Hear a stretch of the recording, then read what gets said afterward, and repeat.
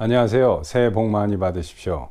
오늘은 코로나로 인해서 침체된 미국 경제를 되살리고자 미국 정부가 특별히 마련한 코로나 구제금융 예산안을 준비하고 통과하는 과정에서 낱낱이 드러난 미국 민주당의 그 민낯과 실체에 대해서 여러분들께 말씀을 드리려고 합니다. 코로나 구제금융 특별 예산안은 영어로는 간단하게 COVID-19 Relief Bill이라고 이야기를 합니다. Relief Bill이라는 것은 구제금융 법안이다 이렇게 해석하는 게 옳을 것 같은데요. 그 빌이라는 것은 그 법안을 이야기합니다. 국회에서 통과되는 법안을 빌이라고 하는데 그 relief라는 말은 단어 뜻은 이제 안도라는 뜻이지만 이럴 땐 이제 구제라는 얘기입니다. 예를 들어서 우리가 큰 천재지변이 있어서 피해자가 많이 발생하면 적십자사 같은 데 가서 이렇게 어려움을 당한 사람을 돕고 하죠. 시민단체나 그런 단체들을 우리가 그 구제기관, 그 영어로는 이제 relief agency라고 하는데, 그래서 relief bill 하면은 구제금융 법안이라고 해석하는 게 맞습니다. 자, 이번에 그 구제금융 법안은 relief bill은 크리스마스 직전에 미국 하원에서 통과가 됐습니다. 그런데 아직도 그 상원에 계류 중인데 뭐 600불을 주느냐 2000불을 주느냐 때문에 지금 그 민주당의 그 하원 의장인 낸시 펠로시 의장하고 공화당의 그 상원 리더인 미치 머카넬이 서로 줄다리기를 하면서 트럼프 대통령이 그 던져놓은 공을 서로 치고받고 있습니다. 그 하원에서 이게 통과가 되자마자 트럼프 대통령이 내 책상에 이게 이대로 오면 나는 거부권을 행사하겠다. 그리고 미 하원은 다시 이것을 투표를 해서 미국 US citizen, 미국 시민들한테 나가는 돈을 600불에서 2000불로 올려라. 그래서 부부가 4000불을 받도록 하라. 그렇지 않으면 사인 안 하겠다 해가지고 얼음장을 넣고 이걸 그러니까 오지도 않았습니다.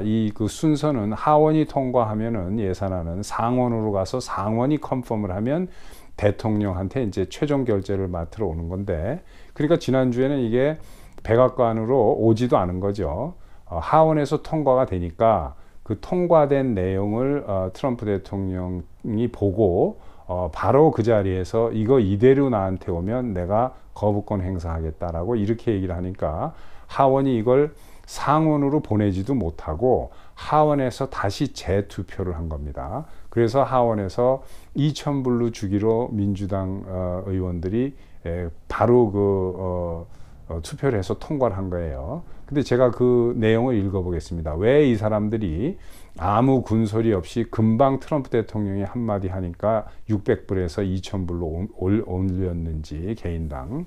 자, 한번 그 슬라이드를 보시죠.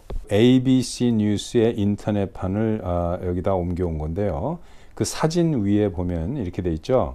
Congress approves 900 billion COVID relief bill sending to Trump. 그 의회가 9천억짜리 코비드 구제 금융법안을 통과를 하고 그 sending to Trump, 트럼프에게 보낸다 이런 얘기인데, 그 오른쪽에는 그 제가 그 사진 밑에 있는 기사를 잘라다 붙인 겁니다. Highlights of 900 billion COVID-19 relief wrap-up bills 이렇게 돼 있죠.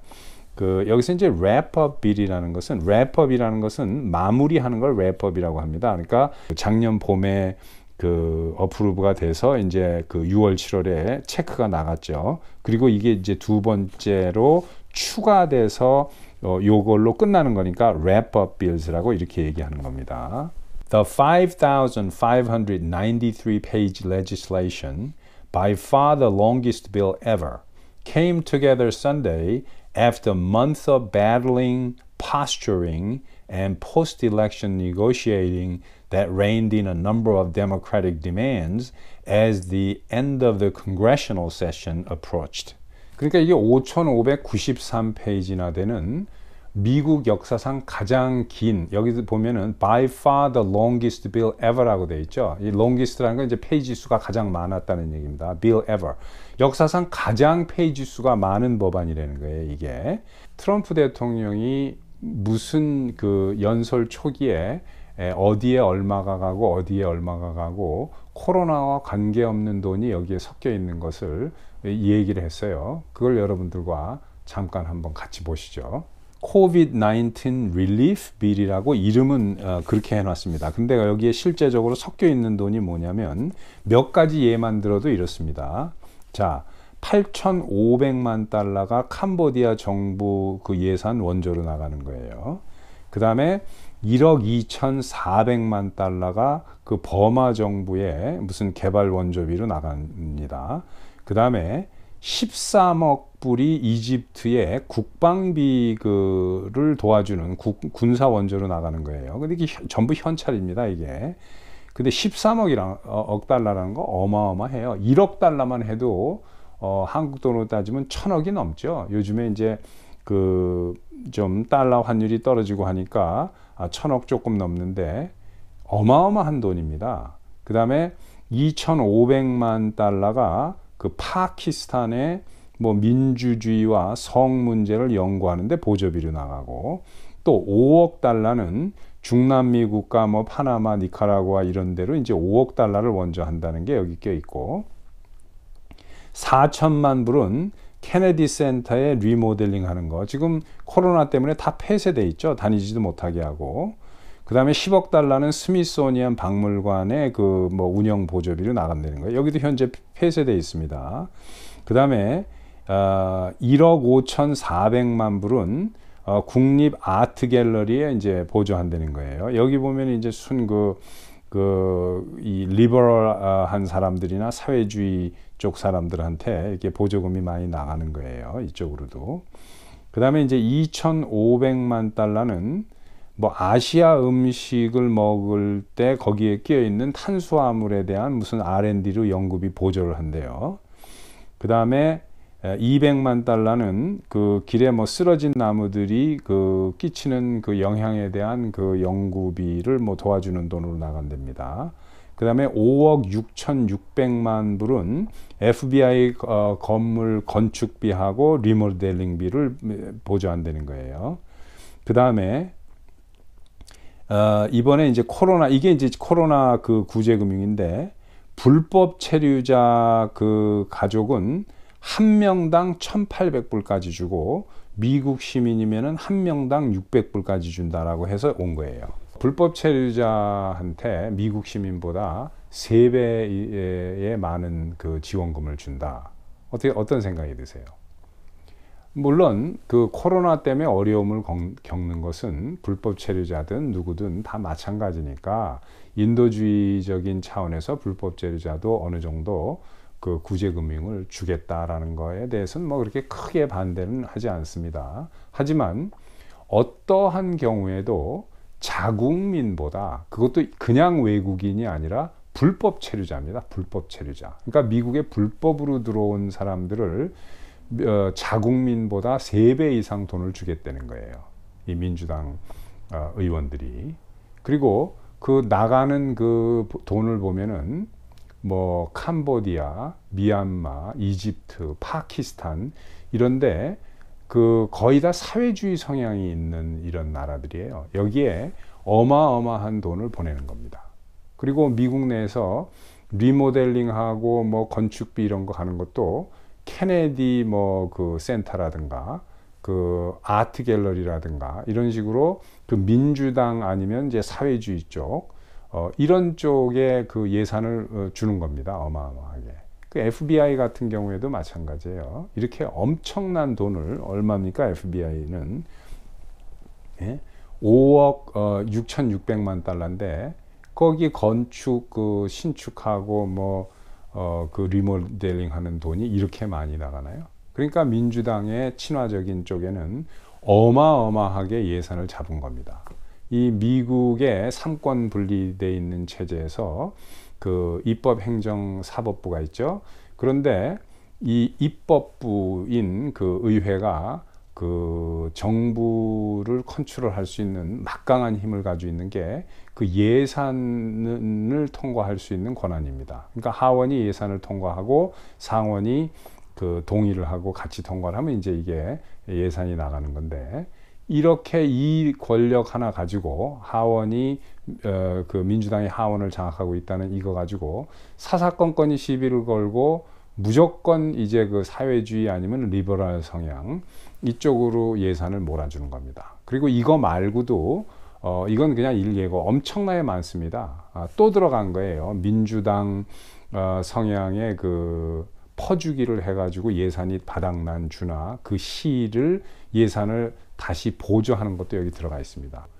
시장과 주지사가 그 조장을 하거나 또는 그 방관적인 자세로 있어서 엔티파와 그 블랙 라이브즈 매터 이 사람들이 그 폭력적인 시위를 해서 그 자영업 하는 사람들이 불타고 거의 약탈을 당해서 이제 그 피해가 있고, 이것도 이 예산으로 이제 주자해 가지고 여기다 집어넣은 거예요. 그러니까 트럼프 대통령은 코로나로 인해서 어려움을 겪는 사람을 돕자라는 코로나 구제금융 예산안인데, 여기다 코로나와 전혀 관계없는 것들을 이렇게 섞어서 넣으니까 트럼프 대통령이 노한 거예요. 그러나 마지막 순간에 그 어느 정도 중간적 그 합의점을 찾아야 되니까 트럼프 대통령이 몇 개는 인정하고 몇 개는 인정하지 않겠다. 그러나 무조건 미국 시민을 2,000불로 올리라고 한 게 불법 체류자들한테 1,800불을 주겠다고 하니까 미국 시민한테 2,000불을 주라고 한 겁니다. 이런 식으로 지금 그 말도 안 되는 일을 이 사회주의화 돼가고 있는 미국 민주당이 하고 있는 거예요. 그리고 그 이 낸시 펠로시 그 하원 의장은 그 락다운이 돼가지고 집에 있을 때 작년에 이제 그 비디오를 찍어서 이렇게 자기가 유튜브에다도 올리고 그 뉴스에도 나오고 했어요. 근데 집에서 이제 그 코로나 때문에 나는 집에 가만히 있고 아이스크림 먹고 이런다고 하면서 자기 냉장고에서 이제 아이스크림을 꺼내는 게 이렇게 나왔는데, 그 아이스크림이 하나에 몇백 불짜리래요. 저는 그런 아이스크림이 뭐 있는지도 처음 들어봤습니다. 그리고 이제 그 냉장고도 커스텀 메이드로 이렇게 테일러 메이드를 해가지고 이제 집에다 했는데, 그 냉장고가 뭐 5만 불이래나 그 몇만 불짜리 냉장고래요. 물론 자본주의 국가에서 그 자기가 사업을 한다거나 그 열심히 그 돈을 버는 그 부자들이 뭐 좋은 냉장고를 가지고 이렇게 하는 것은 뭐 얼마든지 있을 수 있는 일입니다. 저는 뭐 그거에 대해서는 큰 반대하지 않는데, 이 사람은 사업하는 사람이 아니라 정치인이죠. 어떻게 보면 이제 공무원이에요. 더군다나 그 국민을 대표하는 국회의원이니까 평생 이런 걸 해가지고 무슨 돈을 그렇게 많이 벌었는지, 집에 자기 냉장고 하나에 뭐 몇만 불짜리 냉장고에 거기다 놓은 아이스크림은 하나에 몇백 불짜리. 그러니까 이 사람이 처음에 그 얘기한 미국 시민한테 600불 를 준다고 하면 이 아이스크림 그 3개 사 먹으면 없는 돈입니다, 이게. 이런 식으로 하는 거예요. 그러니까 트럼프 대통령이 거부권을 행사한다 하니까 올리지도 않고 바로 그 이게 그 하원에서 겁을 먹고 주말에 하니까 월요일 날 바로 그 투표를 해가지고 금방 2,000불 올리는 걸로 통과를 해버린 거예요. 미국 하원에서. 그러고서 이거를 이제 상원으로 보냈는데, 그 상원에서는 또 공화당 리더인 미치 머카넬이 2,000불은 안 된다, 이러고 있는 겁니다. 물론 이제 거기에 법안 몇 개가 섞여 있어서 지금 이 계류 중이죠. 그러니까 트럼프 대통령이 공을 이 정치인들한테 의회에다 던져 놓은 거예요. 그러니까 공화당의 미치 머카넬하고 이제 상원에서, 그리고 하원 의장인 민주당의 낸시 펠로시가 이제 부딪히는 거죠, 서로. 그러니까 이 사람들의 이런 것들을 보면 그 도저히 이해할 수 없는 그런 사람들이에요. 작년에 이 낸시 펠로시 하원 의장이 머리를 하러 갔다가 이제 그 망신을 당하고 이 사람이 그 위선자라는 게 이제 그 드러난 적이 있죠. 그 당시에 캘리포니아는 그 헤어 살론이라든가 레스토랑에서 실내에서 서비스를 못하게 돼 있고 전부 바깥에 실외에서 뭐 이렇게 천막 같은 거 쳐놓고 이렇게 남자들도 머리를 깎고 여자들도 헤어 살론이 그런 식으로 운영은 했어요. 근데 그 낸시 펠로시는 자기가 다니던 헤어 살롱에 전화를 해가지고 그 안에서 서비스를 받고 다른 사람은 다 마스크를 썼는데 자기는 마스크 안 쓰고 다니는 게 사진에 찍혔죠. 그래가지고 그 얼마나 이 위선적인 행동인지. 또 캘리포니아 주지사도 마찬가지입니다. 이 사람은 게빈 뉴섬이라는 사람으로 이제 민주당의 주지사인데 이 사람은 자기가 락다운하고 겁을 주고 마스크 써라 다니지 마라 하고 다 클로즈를 했어요. 뭐 사회주의 세상을 만들려고 하는지 캘리포니아를. 그리고 통행금지까지 실시를 했습니다. 미국 같은 자유스러운 나라에서 있을 수 없는 일이죠. 그러나 코로나를 핑계로 이런 일들을 해놓고 자기는 작년 11월에 그때 한참 그 락다운이 최고조에 달했고 그 비즈니스는 물론이고 사람들이 여럿이 모이지도 못하게 했었어요. 그리고 통행금지를 실시하고 밤에. 그래 놓고 자기는 자기 그 거버너즈 오피스에다가 로비를 하는 그 로비 회사의 그 사장인지 오래된 친구인데 이 친구 생일이라고 가가지고 수십 명이 모여가지고 거기서 먹고 마시고 하면서 파티를 하고 이랬었습니다. 이게 이제 그 사진이 찍혀가지고 뉴스에 나오고 했죠. 그러니까 뭐 사과 성명하고 뭐 이랬는데 이렇듯이 이 민주당의 리더라는 사람들의 많은 사람들이 물론 뭐 민주당 정치인들 중에서 올바른 사람도 물론 한두 명 있긴 있습니다. 하지만 거의 대부분이 이렇게 위선적인 거예요. 겉으로는 이제 뭐 불쌍한 사람이나 소외계층이라든가 뭐 소수에 속하는 사람들을 위하는 척하면서 실제적으로는 이렇게 엄청나게 자기네들이 만들어 놓은 법을 지키지 않는 거죠. 그러니까 코로나 사태를 빙자해서 마스크를 쓰게 하고 전체주의적으로 모는 것은 그 시민들을 그렇게 하기 위해서 하는 게 이제 드러나는 겁니다. 자기네들은 안 해요. 마스크도 안 쓰고 뭐 이렇습니다. 미국 민주당의 지금 리더들이 얼마나 그 위선적인 사람들이라는 것을 이제 알 수가 있죠. 그래서 이런 사람들이 이제 정치인으로 쭉 견뎌내는 것은 카메라 앞에 섰을 때는 이제 아주 이 세상에서 가장 그 아름다운 마음을 가지고 있는 사람들인 것처럼 얘기를 하고 뭐 복지 혜택을 늘려준다라는 그런 걸 미끼로 던져서 이제 표를 받는 겁니다. 그리고 불법 체류자들한테 이제 왜 이렇게 잘해주느냐? 불법 체류자들이 불법으로 미국 대선에 참가를 하니까 그런 겁니다. 미국의 많은 주는 그 신분증을 확인하지 않고 이렇게 선거를 하고 이래요.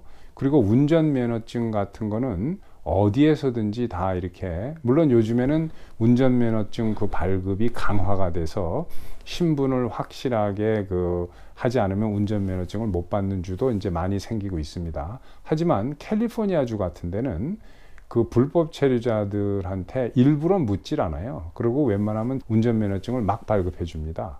그러니까 이것만 가지고 있으면 또 운전면허증 신청하러 갈 때